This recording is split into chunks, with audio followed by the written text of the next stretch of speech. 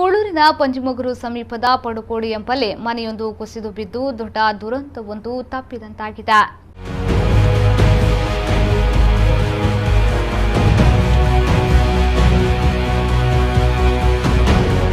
ಪಡುಕೋಡಿ ಚಂದ್ರಾವತಿ ಎಂಬುವರಿಗೆ ಸೇರಿದ ಮನೆಯಾಗಿದ್ದು, ಮನೆಯಲ್ಲಿ ಚಂದ್ರಾವತಿ ಸೇರಿದಂತೆ ಅವರ ಮಕ್ಕಳು ವಾಸವಾಗಿದ್ರು. ಮನೆಯ ಮೇಲ್ಚಾವಣಿ ಸಂಪೂರ್ಣ ಕುಸಿದು ಬಿದ್ದಿದೆ. ಮನೆಯಲ್ಲಿದ್ದವರು ಕೂಡಲೇ ಹೊರಗೆ ಓಡಿ ಬಂದಿದ್ದರಿಂದ ದೊಡ್ಡ ದುರಂತವೊಂದು ತಪ್ಪಿದಂತಾಗಿದೆ. ಸ್ಥಳಕ್ಕೆ ಮಂಗಳೂರು ಉತ್ತರ ವಲಯದ ಶಾಸಕರಾದ ಡಾಕ್ಟರ್ ವೈ ಬಾಲಶೆಟ್ಟಿಯವರು ಭೇಟಿ ನೀಡಿ ಪರಿಶೀಲನೆ ನಡೆಸಿದ್ರು.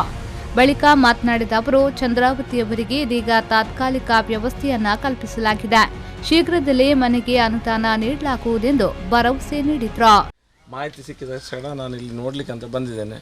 ಸಂಬಂಧಪಟ್ಟ ಆರ್ಐಗಳು, ವಿಲೇಜ್ ಅಕೌಂಟೆಂಟ್ ಯಾರಿದ್ದಾರೆ ಅವರಿಗೆ ಇವಾಗಲೇ ಫೋನ್ ಮೂಲಕ ತಿಳಿಸಿದ್ದೇನೆ. ಅವ್ರು ಬಂದೀಗ ಒಂದು ಎಸ್ಟಿಮೇಷನ್ ಮಾಡ್ತಾರೆ. ಪರಿಹಾರಕ್ಕೆ ಏನಾದರೂ ಚೆಕ್ಕೆಲ್ಲ ರೆಡಿ ಮಾಡಬೇಕಾಗ್ತದೆ, ಅದಕ್ಕಾಗಿ ವ್ಯವಸ್ಥೆ ಮಾಡ್ತಾ ಇದ್ದಾರೆ. ಆದರೆ ಮನೆ ಸರಿಯಾಗುವವರೆಗೆ ಇಲ್ಲಿ ಇವರಿಗೆ ಇರಲಿಕ್ಕೆ ಸಾಧ್ಯ ಆಗೋದು, ಅದು ಯಾವತ್ತೂ ಸಹ ಕುಸಿಯುವ ಸಾಧ್ಯತೆ ಉಂಟು.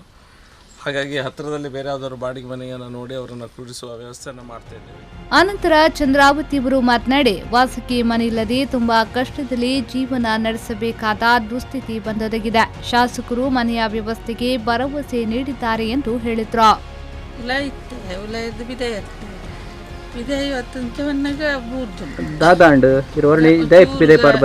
ಚೂರು ಗಾಳಿ ಬತ್ತಿಲ್ಲ ಕಾಣ್ ಸೌಂಡ್ ಬರ್ತದೆ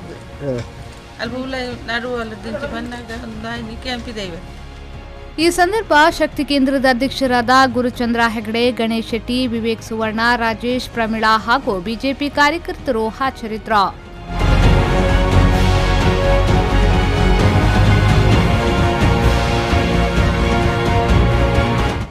ಶರಸಾಲಿಯನ್, ವಿ4 ನ್ಯೂಸ್ 24/7 ಮಂಗಳೂರು.